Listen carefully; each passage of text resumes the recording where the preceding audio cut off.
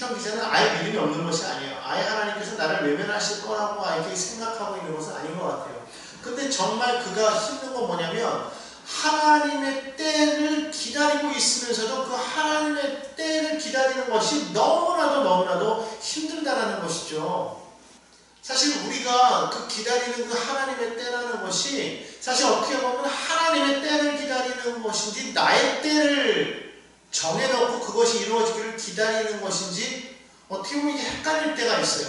정말로 내가 생각하고 있는 그 어떤 기한을 정해놓고 그리고 나서는 여기까지 이것이 이루어져야 됩니다. 하나님 앞에 계속해서 구하면서 그 기간 동안에 이루어지지 않았을 때 우리는 어느 때까지입니까? 이렇게 외치고 있는 것은 아니냐라는 것이죠. 사실은 하나님의 때가 있는데 그 때를 우리가 기다리지 못하고 대신에 그 하나님의 때 대신에 나의 때를 정해놓고 나서 그 때까지가 이것이 하나의 어떤 마지노선이다. 여기까지 반드시 이루어져야 된다는 어떤 그런 나만의 그런 때를 정해놓고서 하나님을 압박하는 것은 아닌가 우리가 생각해야 된다는 거예요. 무슨 말이냐면 우리가 가끔 기도할 때 그런 거 많이 하잖아요. 뭐 여리고 기도회 또 아니면은 또 20일 다니엘 기도회 이런 거를 우리가 많이 하지 않습니까? 그래서 여리고 기도회를 하고 다니엘 기도회를 하고 또 때로는 모세처럼 40일 동안을 기도했을 때 반드시 그때 응답이 이루어져야 된다라고 그렇게 우리 어떻게 보면 우리는 암묵적으로 우리는 그렇게 믿고 있고 또 그렇게 되어져야 된다고 그렇게 우리는 생각하고 있는 거 아니겠어요? 그래서 반드시 그 기간 동안에 우리가 기도했을 때 응답이 이루어져야 되고 그래서 그 기간이 끝나고 났을 때 반드시 간증이 있어야 되고 물론 간증이 이루어지는 사람도 있지만 그렇지 못한 사람들은 그러면 그 사람들에게는 하나님이 그들을 버린 겁니까? 하나님께서 그들만 미워하는 겁니까? 하나님께서 그들에게 응답하지 않는 겁니까? 그건 아니라는 거예요. 그런데 오히려 기도 응답을 받은 사람들은 모르겠는데 그러지 못한 사람들은 하나님께서 내게 응답하지 않지라고 말하는 거예요. 내가 무언가를 잘못했나? 내가 열심히지 않았나? 뭔가 그렇게 생각한다는 것이죠. 그런데 여기서 우리가 바로 이 기다림이 내가 정해놓은 그 시간이 내가 정해놓은 때일 수 있다는 거예요. 하나님의 때가 아니라. 그리고 더 중요한 것은 그것이 이루어지고 안 이루어지고가 문제가 아니라 정말 내가 이 세상에서 살아가는 동안 이 문제에 어려움 처해 있는 그런 과정 속에서도 나는 정말로 하나님을 신뢰하고 있는가 봐요. 여기서는 가장 중요한 것 같아요. 우리가 제일 힘든 건 뭡니까? 하나님을 신뢰한다고 하면서도 사실은 하나님을 신뢰하지 못하는 데 있지 않나요? 우리가 하나님을 신뢰한다고 하지만 사실 정작 어떤 문제가 해결되기 전까지는 늘 언제나 우리 마음이 불안하고 두렵고 떨리는 것은 누구나 다 그렇지 않습니까? 그렇게 본다면 사실 하나님의 때를 기다리는 것이 아니라 우리 스스로가 하나님을 자꾸 압박하는 거예요. 하나님을 어렵게 하는 것이 아닌가 그렇게 생각되어진다는 것이죠. 그리고 자꾸만 우리의 어떤 그 기다림이 자꾸만 길어지는 것 같고 오늘 여기 시편 기자의 말처럼 영원처럼 느껴질 때 왜 이것이 그렇게 느껴지느냐? 하나님의 음성이 들리지 않기 때문에. 다시 말하면 내 삶 속에서 기도할 때든지 아니면 내가 주님 앞에 나와서 예배할 때라든지 주님을 간구할 때에 하나님께서 나에게 말씀하신다라는 것을 느끼지 못하기 때문에 여전히 침묵이라는 거예요. 여전히 하나님께서 나에게 아무런 반응을 하지 아니하시고 모든 것이 깜깜하기 때문에 그래서 더 힘든 것이 아닌가 그렇게 생각되어진다는 거예요. 하나님의 때가 언제인지 우리는 알지 못합니다. 그때와 시는 우리는 알지 못하는 거예요. 하나님께서 당장 지금 이루실 수도 있고 아니면 이것이 내일 응답이 나올 수도 있고 이것이 아니면 뭐 한 달이 될 수도 있고 열흘이 될 수도 있고 그건 모르는 거예요. 중요한 건 뭐냐면 우리가 끝까지 우리가 인내하고 기다릴 수가 있냐라는 겁니다. 그럼에도 불구하고 우리는 하나님을 신뢰할 수가 있겠냐라는 거예요. 여러분 이게 정말 큰 시험이에요. 하나님께서 저 사람에게는 응답하시는 것 같은데 내게는 응답하지 않는 것 같을 때가 가장 어려운 거 아니겠습니까? 같이 기도하는데 계속 옆에서는 응답받고 나가는데 나에게는 응답이 없을 때 아니 응답이 아니라 말씀조차 하지 않으실 때 그때가 가장 힘든 거 아니겠어요? 그때 우리는 뭐라고 고백할 수 있어야 되겠느냐는 거예요. 오늘 여기 성경에 보니까 지금 이 시편 기자가 제일 힘들어하는 게 뭐냐면 이 기다림이에요. 기다림. 하나님의 침묵. 하나님께서 언제까지 나를 그냥 이대로 내어버려 두시겠냐라는 거예요. 마치 지금 이 시편 기자는 하나님과 숨바꼭질하는 것 같은 거예요. 하나님을 자꾸 찾는데 하나님께서는 숨어 계셔가지고 꽁꽁 숨어가지고 나오시지 않는 거예요. 지금 계속해서 지금 이 시편 기자하는 것은 마치 옛날 우리 어렸을 때 그 술래가 그러는 거 하지 않습니까? 못 찾을 때 계속해서 외치는 것 같아요. 못 찾겠다 꾀꼬리를 외치는 것 같아요. 그런데도 불구하고 이 친구가 나오지는 않는 거예요. 마찬가지로 하나님만큼 우리가 계속해서 말하는 거예요. 하나님 못 찾겠습니다. 이제는 나오십시오. 못 찾겠습니다. 꾀꼬리 하면서 계속해서 말하는 거예요. 하나님 나 좀 도와주세요. 내가 지금 주님을 바랍니다. 외칩니다. 근데 하나님은 여전히 침묵하시고 숨어 계세요. 그럴 때 우리가 정말 힘든 거예요. 아무것도 느껴지지 않는 거예요. 뭔가 변화가 없는 거예요. 이루어지지 않으니까. 마치 어둠 성을 볼 때 보십시오. 아무것도 이루어지지 않았잖아요. 정말 힘든 게 그런 거예요. 엘리야가 기도할 때 뭔가 첫 번째 기도하고 두 번째 기도할 때 뭐 조그마한 구름, 조금 더 큰 구름, 뭐 이렇게 뭐가 변화가 있다든지 아니면 빗방울이 조금이라도 뭐 떨어진다든지 뭔가 이게 있어야 되고 여름 성을 볼 때도 금이 간다든지 벽돌이 떨어진다든지 뭔가 이게 조금씩 점차적으로 이렇게 자꾸 뭔가 이루어지면 아 기도가 응답되어지는구나 이렇게 생각할 수 있겠잖아요. 근데 비는 와 있는데 여전히 하늘은 맑아요. 낮은 화창합니다. 청명합니다. 그런데 기도하는 거예요. 아무런 변화가 없는 거예요. 하나님과 우리가 마치 숨바꼭질을 하고 있는 것과 같으니까 이게 하나님과 우리가 소통이 돼야 되는데 하나님이 우리와 이렇게 교류해야 되는데 이게 지금 교류가 안 되니까 아 정말 하나님은 나를 외면하시는 거 아니냐, 하나님께서 나를 피하시는 거 아니냐, 하나님 나를 잊어버리신 거 아니냐, 자꾸 그렇게 생각되니까 더 힘든 거 아니겠어요? 아예 믿지 않는 사람이라면 그럴 줄 알았어, 하나님 없어 라고 말할 텐데 아 나는 믿는단 말이야. 분명 믿는다고 생각했는데 하나님이 내게 응답하지 않으니까 이게 정말 힘든 거예요. 믿어야 되는데 믿을 수 없고 믿을 수 없으면 또 안 되고 이러지도 못하고 저러지도 못하는 그러한 상황 속에서 얼마나 힘들겠냐라는 거예요. 더군다나 삶에 뭐 변화 없이 더 고통이 다가올 때 더욱더 그렇겠죠. 하나님은요 절대로 우리를 잊어버리시는 하나님이 아니에요. 왜? 그분의 이름이 뭐예요? 여호와 삼마. 또 그분은 우리에게 예수님을 보내주실 때 그 예수님의 이름을 뭐라고 그랬느냐? 임마누엘이라고 그랬어요. 임마누엘이 뭐냐면은 우리와 함께 하시는 하나님이라는 뜻이에요. 그리고 마태복음 28장에서 보면 예수님께서 뭐라고 말씀하셨습니까? 볼지어다 내가 세상 끝날까지 너희와 항상 함께 계시겠다고 말씀하셨잖아요. 하나님께서는 우리와 항상 함께 계시겠다고 말씀하셨단 말이에요. 그렇기 때문에 여러분 하나님은 절대로 우리를 잊고 계시는 것이 아니에요. 그럼 뭐가 문제일까? 역으로 우리의 귀와 눈이 어두워진 것은 아닐까 한번 생각해 봐야 되지 않을까. 물론 우리가 열심히 하나님을 찾지만 아무튼 숨바꼭질을 하시는 하나님 때문에 사람의 마음이 더 근심이 깊어지는 거 아니겠습니까? 자 2절을 보겠습니다. 나의 영혼이 번민하고 종일토록 마음에 근심하기를 어느 때까지 하오며 그랬어요. 무엇 때문에? 하나님이 계속해서 나를 잊어버린 것 같으니까 하나님이 나에게 정말 숨어 계시니까 오히려 그 하나님의 침묵이 나로 하여금 더 번민하게 하고 근심하게 만들었다라는 거예요. 나를 향한 하나님의 그 침묵이 나로 하여금 더 근심하게 만들고 번민하게 만들었다라는 거예요. 여러분 그렇지 않겠어요? 나 정말 믿는데 하나님이 나에게 응답 안 하실 때 얼마나 더 괴롭고 더 근심되고 어쩔 때 막 기도하면서도 안 되면 막 사람은 막 그럴 때 있어요. 기도하면 뭐해? 하나님 응답하시지 않는데. 결국 하나님이 침묵하시면 사람이 느끼는 건 뭐냐면 대책이 없는 거야. 어떻게 하라는 거야? 방법이 없는데 왜 하나님은 나에게 정말 숨어 계시는 걸까? 없는 건 아닐까? 그럼 여러분에게 물어보겠습니다. 정말 하나님은 숨어 계십니까? 숨어 계신 하나님이에요? 하나님은 정말 우리에게 침묵하십니까? 이사야서 45장 15절을 보면은요, 거기 이렇게 표현하고 있어요. 구원자 이스라엘의 하나님이요, 진실로 주는 스스로 숨어 계시는 하나님이시니이다. 뭐래요? 숨어 계시는 하나님이에요. 그 하나님은 어떤 하나님이냐? 구원자예요. 이스라엘의 하나님이에요. 그런데 그 주는 스스로 숨어 계신대요. 왜 숨어 계시느냐? 하나님께서는요, 은밀한 중에 일하신다는 거예요.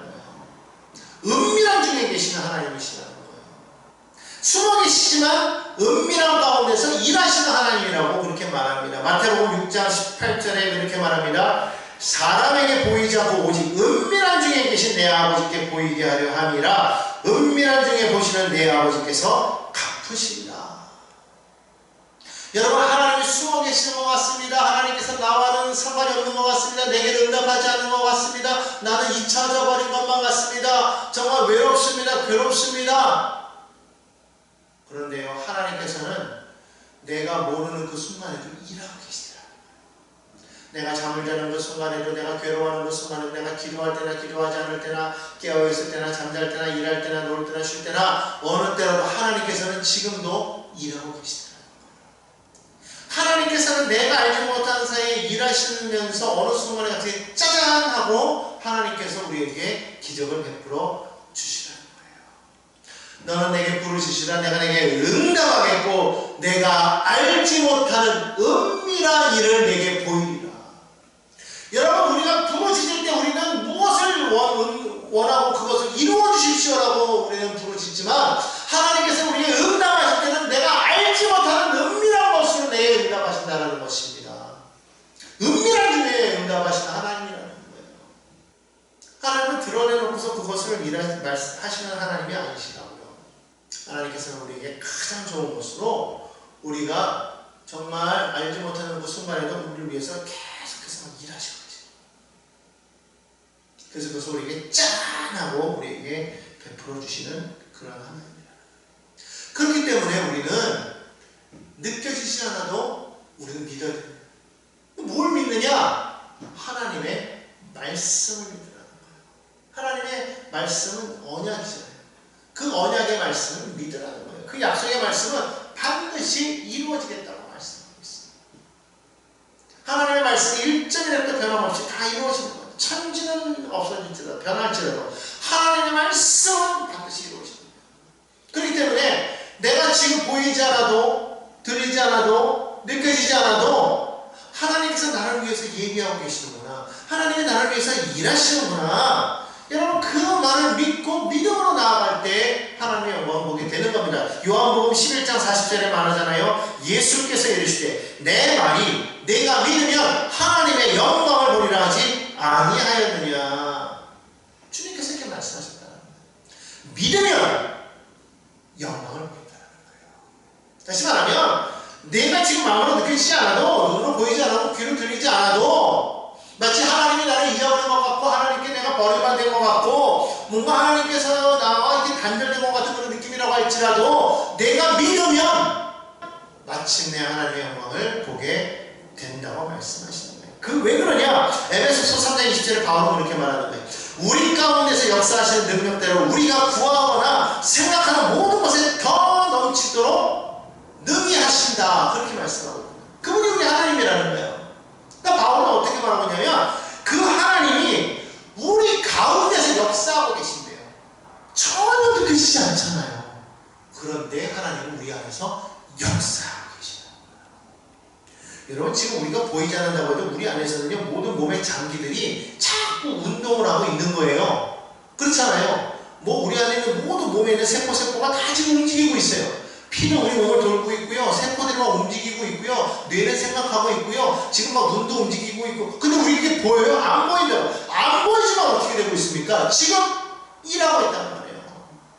하나님이 지금 안 보이고 느껴지지 않지만 그 하나님은 우리 안에서 지금 역사하고 계시는 거예요. 여러분, 피가 도는 게 여러분 느껴지는 사람 있습니까? 피가 도는 게 느껴지는 것이 있는 사람은 대단한 거예요. 여러분, 심장 뛰는 거 여러분 느껴져요? 잘 안 느껴지잖아요. 맥을 잡아야 아, 맥이 뛰는구나 이 정도 알 수 있지, 우리 잘 몰라요. 우리 몸 안에 있는 그 장기들이 어떻게 기능하고 있는지 여러분 압니까? 모르지만 일하고 있잖아요.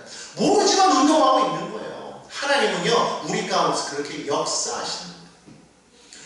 근데 그분이 어떻게 역사하시냐? 그분의 능력대로 역사하시는 거예요. 그분의 능력대로.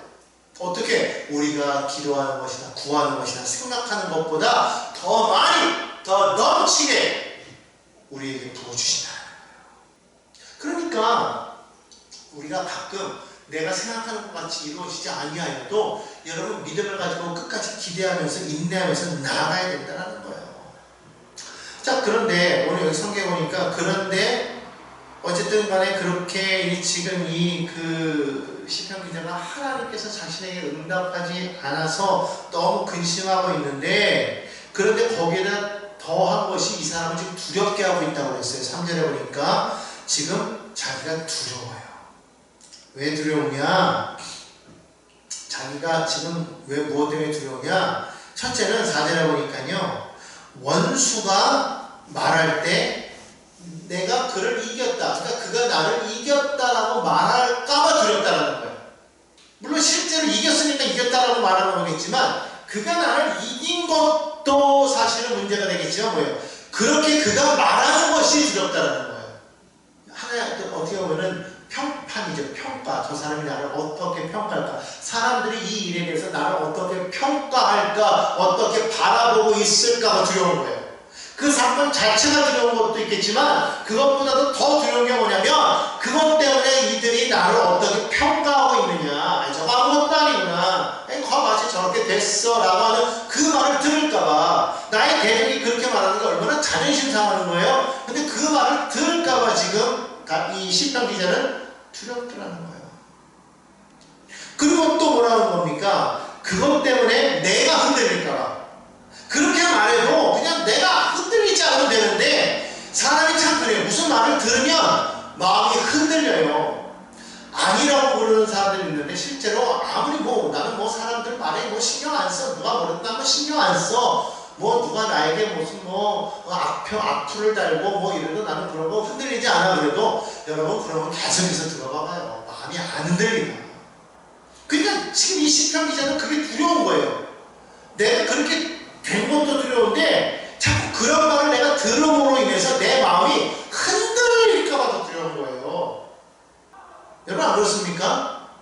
그런 것 때문에 보다 사람들이요 예전에 많은 사람들이 이 악플 때문에 많이 목숨을 잃었잖아요. 왜 목숨을 잃어요? 그걸 듣고서는 마음이 많이 흔들렸기 때문에 그런 거 아니겠어요? 이 시편 기자도 그런 거예요. 이 옛날이나 지금이나 똑같은 거예요. 옛날이나 지금이나 가장 무서운 게 뭐냐면 나를 향한 사람들의 시선. 이게 정말 무서운 것 같아요. 더군다나 그것 때문에 지금 흔들리는 것도 중요한데 그것 때문에 4절은 뭐라고 말합니까? 대적들이 기뻐하는 게 두렵다는 거예요. 지금도 어딘가에서 우리를 무너뜨리려고 수작을 부렸던 사람들이 어딘가에서 웃어대면서 쟤 저렇게 됐어 저렇게 됐어 하면서 서로 모여가지고 낄낄낄 깔깔깔 호호호 대고 있는 그 모습. 야 걔는 그렇게 망했어 그렇게 됐어 우리가 그렇게 했잖아. 이게 두려운 걸 떠나서 화나는 일이죠. 분노할 일이죠. 근데 분노가 지나쳐서 사람이 절망할 수밖에 없죠. 낙심할 수밖에 없죠. 그러니까 이런 일들이 이 시편 기자가 자꾸 뭐예요? 너무너무 힘들어요. 번민이 일어나고 근심하게 되고 그래서 어떻게 될까 두려운 거예요. 사망의 잠을 잘까 더 이상 일어나지 못하고 자신이 스스로 목숨을 끊을까봐 죽을까봐 두려운 거예요. 그냥 단순히 어려운 거는요 그냥 견뎌내려면 견뎌낼 수 있는 거예요. 주변에서 자꾸 그걸 나를 힘들게 하면 사람을 못 견디는 거 아니겠어요? 근데 그게 두렵다고 이렇게 지금 안 하고 있어요. 자, 그런데 여기까지는 우리 평범한 우리 사람들하고 똑같은데 왜 이 시편이 대단하냐? 5절을 보겠습니다. 5절. 나는 오직 주의 사랑을 의지하여 싸우니 나의 마음은 주의 구원을 기뻐하리이다. 갑자기 뭔가 확 바뀌죠.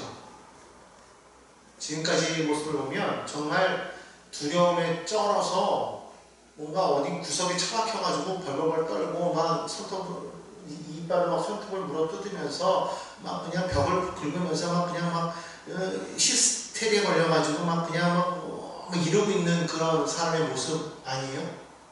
기도가 안 되고 왜 우리 그러잖아요. 정말 힘들면 기도도 안 되고 진짜 그런 상황 하나님 원망하고 이럴 수 있습니까? 저럴 수 있습니까? 그러고 내가 뭘 잘못했다고 이러고 그러면서 그냥 불안해하고 사람들은 다 나를 조롱하는 것 같고 그냥 마음속에서는 그들이 다 믿고 그냥 정말 살인하는 느껴질 때가 있잖아요. 지금 그랬단 말이에요. 그런데 갑자기 그냥 갑자기 바뀌는 거예요. 나는 오직 주의 사랑을 의지하여 싸우니. 세 번 읽어보니까 그러나 이렇게 말했어요. 그러나. 여기서 말하는 그러나는 여러 의미가 있지만 그러나 다시 말하면 그럼에도 불구하고 이런 말. 그럼에도 불구하고 나는 여기서 시편 기자의 두 가지 신앙을 보는데 첫째로 그럼에도 불구하고의 신앙이에요. 하나님께서 나를 잊어버린 것 같고 잊혀진 것 같고 막 대적들은 나를 막 조롱하고 그런 것 때문에 나는 점점 번민에 쌓이고 근심에 쌓이고 두려움에 떨고 있고 모든 것이 막 히스테리에 폭발한 것 같고 그래서 점점 나는 혼자서 어딘가 숨어있어요. 마치 그 히키코모리라고 하잖아요. 은둔형 외톨이 같은 그런 모습으로 자꾸만 있어야 되는데 그럼에도 불구하고 나는 여전히 하나님께서 나를 사랑하시며 신뢰합니다. 이렇게 보이잖아요. 그게 느껴지잖아요. 그럼에도 불구하고 시편 기자 뭐라고 말하고 있느냐? 그런데도 불구하고 하나님이 나를 사랑하심을 나는 신뢰합니다. 주의 사랑을 의지하여 싸우니 하나님께서 나를 사랑하심을 나는 신뢰합니다. 믿습니다. 여러분 정말 하나님께서 여러분을 사랑하심을 여러분 정말 믿습니까? 고난이 다가오는데 모든 것이 다 무너져 버렸는데 그런 상황 속에서 나는 외톨이 같고 홀로인 것 같고 모든 것이 다 무너져 버린 것 같은데 그럴 때 하나님은 침묵하시는데 그런데 나는 고백을 그렇게 하는 거예요. 나는 하나님이 나를 사랑하심을 믿습니다. 여러분 이게 정말 이게 너무나도 대단한 신앙이에요. 우리에게 정말 필요한 신앙이 뭐냐면 그럼에도 불구하고 신앙이에요. 그럼에도 불구하고 하나님은 나를 사랑하신다. 그럼에도 불구하고 하나님은 나를 사랑하신다. 다니엘의 세 친구처럼 그 뜨거운 풀무불 속에 던진다고 할지라도 그럼에도 우리는 하나님 왕의 신상이 전하지 않겠습니다. 여러분 하나님만 섬기겠습니다. 하나님께서 우리를 건져주실 것이지만 그렇지 아니하실지라도 그리 아니하실지라도 그리 아니하셔도 우리는 하나님만을 섬기겠다는 거예요. 그럼에도 불구하고 뭐냐면 그리 아니하실지라도 이 말이에요. 하나님께서 나를 건지시겠지만 그리 하지 아니하여도 내가 하나님께 간구하였으나 하나님께서 내게 침묵하실지라도 그래도 나는 하나님이 나를 사랑하신다는 것을 나는 믿습니다. 여러분 이게 정말 얼마나 이게 너무나도 이게 놀라운 신앙이죠. 그리고 두 번째로 이 시편 기자는 어떤 신앙을 고백하고 있느냐 이렇게 말하고 있어요. 나의 마음은 주의 구원을 기뻐하리이다.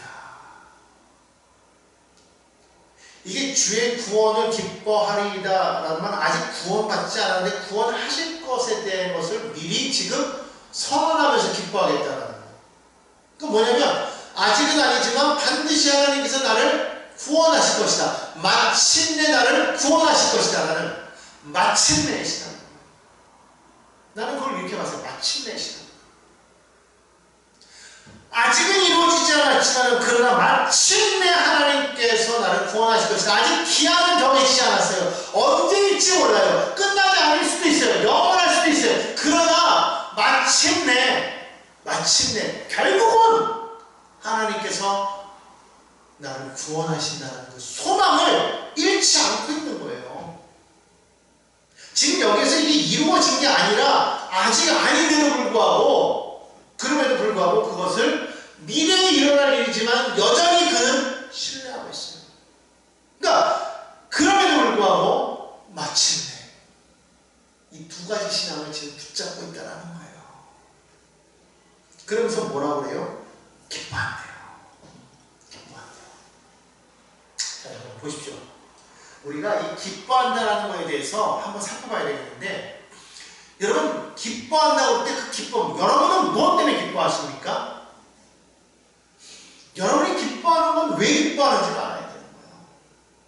우리가 기뻐하는 거는요 내게 분명 원인이 있어요. 그 원인이 그것이 충족되어질 때 그 원인이 이루어질 때 달성되어질 때 우리는 기쁜 거예요. 뭐 예를 들어서 수능을 준비하는 학생은 수능에서 좋은 성적을 거두고 대학에 들어가면 기쁘겠죠. 그죠? 수능이 끝나고 대학에 들어간 사람이 그걸 보고서 기뻐할 사람은 없어요. 마찬가지로 대학을 졸업하고 난 사람은 무엇을 기뻐할까요? 취직을 한다든지 좋은데, 아니면 자기가 원하는 자격증을 딴다든지 뭔가 이름을 기뻐하겠죠. 또 때로는 좋은 사람을 만나서 결혼하게 됐을 때라든지 승진했을 때라든지 저마다 그때그때의 기쁨이 다르고 그 느낌이 다른 거예요. 아무 때나 기뻐하겠습니까? 어린아이였을 때, 여러분이 어린아이 때를 기억해 보십시오. 어린아이 때 여러분 무엇 때문에 기뻐했습니까? 뭐 그때는 뭐 수능이니 뭐 취직이니 결혼이니 이런 거는 전혀 눈에 들어오지 않았을 거예요.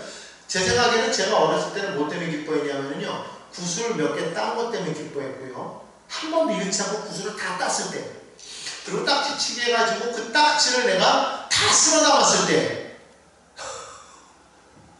그때는 너무 기뻤어요. 그리고 더 재미있는 거는 교회, 어렸을 때 교회 가면은요, 이 성경 퀴즈를 하게 되면 꼭 연필 하나씩 줬는데, 당시 연필이 특이한 게 많았어요. 네모난 연필, 뭐 삼각형 연필, 뭐 여러 가지 뭐 뒤에 색깔이 나오는 연필, 여러 가지 막 연필이 많았는데, 그런 연필을 하나씩 줄 때마다 그거 받는 재미에, 그거 모으는 재미에, 그거 하나 모으를 받으려고요, 얼마나 성경 퀴즈 열심히 풀었는지 몰라요. 그래가지고 저 그때 당시 참 연필도 많이 모았고, 저 딱지치기, 구슬치기 너무 잘했거든요. 그때 참 많이 모았었어요.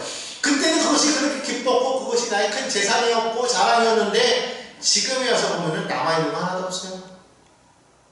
지금 저보고서 구슬을 뭐 100만 개를 주겠다고 뭐 말한다고 해서 내가 그것 때문에 기뻐하겠습니까? 아니면 딱지를 무슨 뭐 몇만 장을 준다고 내가 기뻐하겠습니까? 전혀 그거는 기쁨이 아니에요. 이제는 오히려 그것을 많이 주면 많이 줄수록 나에게는요, 귀찮은 거예요. 왜? 쓰레기니까.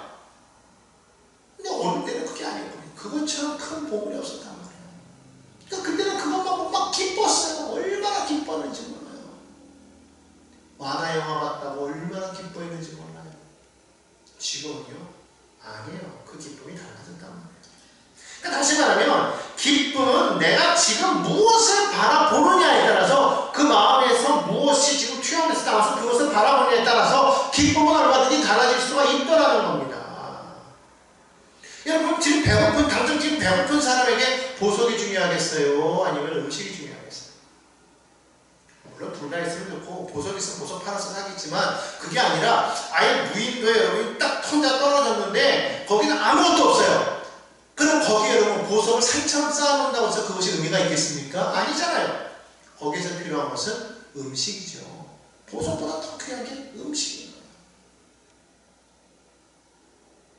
그러니까 지금 내게 원함이 무엇이냐에 따라서, 내가 지금 무엇을 소망하느냐에 따라서 우리의 기쁨은요, 얼마든지 달라질 수가 있다라는 거. 내가 지금 뭐에 관심을 갖고 있느냐에 따라서 그 관심도에 따라 나의 기쁨은 얼마든지 바뀔 수가 있어요. 그래서 누군가의 기쁨이 나에게는 기쁨이 아닐 수도 있고, 또 누군가의 슬픔이 나에게는 슬픔이 아닐 수도 있는 거예요. 골프를 좋아하는 사람은 골프를 잘 치는 게, 점수를 좋게 만드는 게 기쁨이 되고, 바둑을 좋아하는 사람은 바둑을 잘 둬서 급수가 올라가는 게 그게 기쁨이 될 수 있다면, 그것을 싫어하는 사람들에게 그건 백날 봐도 기쁨은커녕 곤욕일 수밖에 없다는 것이죠. 그러니까 여러분, 지금 우리에게 있어서 이게 슬픔이 되느냐 아니냐는 뭐에 달리냐면, 그것이 나의 삶에 어떤 하나의 그 소망이나 원인이 아니면 절대로 슬픔도 될 수 없고 분노도 될 수 없고 미움도 될 수 없는 거예요. 그러니까 이걸 바꿔야 된다는 거예요. 그러니까 무엇 때문에 내가 기뻐할 수 있는가? 이 십강 기자는 주의 구원이 그의 기쁨이라고 말하고 있는 거예요.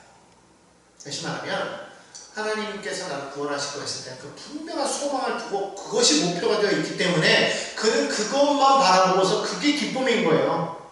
다른 게 아니라. 오늘 여러분의 마음에 근심을 가져주고 번민하게 만들고 어렵게 만들고 슬프게 하게 만드는 것은 무엇일까요?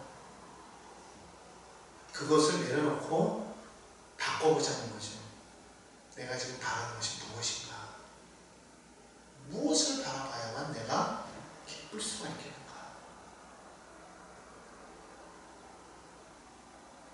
여러분, 이것을 우리가 분명하게 생각해야 될 줄 믿습니다.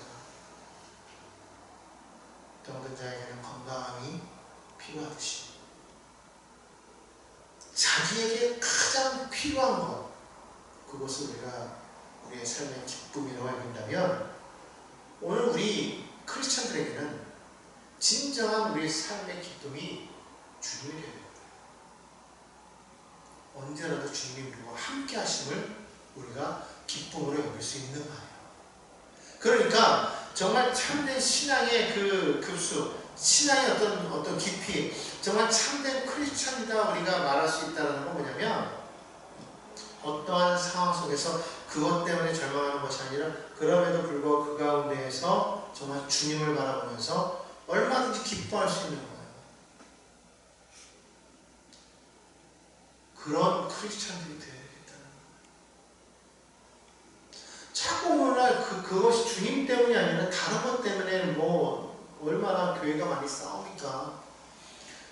교회가 정말 진짜 막 서로 경쟁력을 가져야 될 게 뭐냐면, 정말 주님을 사모하고 주님을 생각하면서 정말 주님을 만나기 위해서, 주님께 나아가기 위해서 자꾸 애쓰고 노력하고 막 이거에 대한 선한 싸움을 싸워야 되는데, 그리고 그 주님의 그 복음을 막 그냥 세상 사람들에 알리는 게 막 기쁨이 되어서 막 그것을 행하는데 서로 막 선한 경쟁력을 해야 되는데, 아마 그게 아닌 거예요. 교회 안에서 막 다른 거예요. 뭐 교회 안에서 정치가, 교회 안에서 무슨 뭐 어떤 경제가, 교회 안에서 뭐 서로 간의 어떤 위치가, 뭐 지위가, 권세가, 뭐 이런 게 막 자꾸만 그 하나의 경쟁이 되어가지고 이게 맞느냐 저게 맞느냐 그걸로 자꾸만 뭐 서로 싸우고, 그게 목표가 되어가지고 그게 되면은 기뻐하고 아니면 슬퍼하는, 이게 아니라 어떻게든지 정말 교회 안에서 우리 크리스찬들은 주님이 내와 함께 하시고 내가 주님과 함께 하는 게 그게 기쁨이 되어서 어떠한 상황 속에서 주님과 함께 주님께 나오고 우리가 주님께 기도하여도 뭐 간구하는 것에 기도하면은요 주님이 초점이 아니고 그게 초점이 되기 때문에 그것만 구하게 되잖아요. 그런데 기도할 때도 주님이 초점이 되면 이거는 문제가 아닌 거예요. 세상을 보는 게 아니에요. 우리 환경을 보는 게 아니에요. 환경이 좀 무너졌다고 해가지고 주님이 무너진 건 아니잖아요. 근데 우리는 그렇게 생각한다고, 뭐가 조금 무너지면은 주님도 무너지고 같이 무너뜨려 버린단 말이에요. 여러분, 그게 우리의 삶의 모든 게 무너졌다고 해서 주님이 무너지는 건 아니란 말이지. 주님은 여전히 건재하시다. 하나님이 망했습니까? 아니, 솔로몬 성전이 무너졌다고 해서 하나님의 나라가 무너졌나요? 아니라고. 스룹바벨 성전, 헤롯 성전 다 무너졌어도 하나님의 나라는 여전히 건재합니다. 여러분, 이걸 알아야 돼요. 하나님은 여전히 건재하신 거예요. 내 삶의 모든 것이 무너졌어도 하나님이 내 안에 건재하게 살아계시면 우리는 반드시 하나님의 구원을 경험할 수가 있어요. 그러니까 주님께 초점을 맞추시면 됩니다. 주님이 아닌 자꾸만 다른 것에 초점을 맞추면서 나가려고 하다 보니까 이게 뭔가가 문제가 심각해지는 거예요. 주님은 온데간데 없는 교회 안에서도 내 안에서도 모든 신앙의 모든 중심에 예수님이 아니라 십자가가 아닌 거예요. 말은 그렇게 말하는데 그거는 온데간데 없고 오직 다른 것만 너무 신경 쓰는 거예요. 아니, 뭐가 어떻게 되면 어떻습니까? 중요한 건 뭐예요? 이렇게 되든 저렇게 되든 어쨌든 주님의 말씀만이 전해지면 되는 거 아니에요? 복음만 증거되면 되는 거 아니겠습니까? 무엇이 중요하냐? 무엇이 중요해요? 영화의 대사처럼 뭐가 중요한 거예요? 뭐가? 주님이 중요한 거 아니겠어요? 예수님 중요한 거 아니겠습니까? 그러니까 세상 변하고 모든 게 다 무너져도 주님은 변하지 않고 하나님 나라는 영원하며 우리는 그 가운데에서 우리는 하나님의 나라 백성답게 당당하게 삽시다. 절대로 바뀌지 않는 거예요. 그래서 이 마지막에 이 시편 기자가 말하는 게 뭐예요? 내가 야훼를 찬송하리. 여러분, 그래서 찬송이 나올 수 있는 거예요. 그래서 찬송이 나올 수 있는 거예요. 안 그러면 이 사람은 미친 사람이에요. 그렇잖아요. 환경이 그렇고 모든 게 다 무너져 버렸는데 거기서 노래하고 있으면 미친 사람이에요. 정말 너무 충격받아가지고 헷가닥하니까 노래하면서 여기다 꼭 꽂고서 막 히히거리면서 노래하면서 막 다니는 게 미친 거지. 이 사람이 정말 그것을 놓치고 정말 주님을 놓치고 그냥 그대로만 보면은요, 그러니까 다시 말하면 5절 빼고 4절에서 6절로만 가면 미친 사람이에요. 정신이 헷가닥한 거야. 그런데 5절을 통과하고 나니까 6절은요, 제대로 미쳐도 제대로 미쳐야 돼요. 누구에게? 예수께. 그러니까 제대로 정신 차린 거예요. 제대로 못 받은 거예요. 그러면서 뭐라고 말해요? 주께서 내게 은덕을 베푸시는 겁니다. 말하잖아요. 내가 찬송합니다. 왜? 이는 주께서 내게 은덕을 베푸십니다. 도대체 뭐가 있는데 지금 환경이 이런데, 아니 주님이 나를 잊어버린 것과 같고 종이토록 번민하고 근심하고 원수들은 막 서로 막 자랑하면서 나를 막 조롱하고 막 기뻐하고 막 그러고 있는데, 근데 무슨 은덕이 베풀어졌다? 다윗은 그 마음 가운데 예수로 충만하니까 이 시편이잖아요. 오직 예수, 오직 예수. 여기 때는 예수가 아니겠죠. 오직 주님, 하나님께서 내 안에서 역사하고 계시고 하나님께서 그 구원을 이루고 계시는구나. 은밀한 중에 계시는 하나님, 숨어 계시지만 사실은 숨어 계시는 것이 아니라 은밀한 중에 나를 위해서 일하고 계시는구나. 그걸 분명하게 믿었다는 거예요. 여전히 나는 하나님께 사랑받고 있구나 믿었다는 거예요. 그것이 믿어지니까, 그것이 내 안에 충만하니까 은혜를 받은 것이죠. 그 은혜를 받은 거예요. 여러분, 은혜를 받았다고 할 때 그래야 은혜 받은, 예배 시간에 설교 말씀 듣고 나서 목사님한테 은혜 받았습니다. 뭘 은혜 받았냐라는 거예요. 그 말씀 중에서 하나님께서 정말 나를 사랑하심을, 하나님께서 나를 구원하고 계심을 여러분 기뻐할 수 있을 때 은혜 받았다고 말씀하시기 바랍니다. 그냥 좋은 말씀 들으면 은혜 받은 게 아니에요.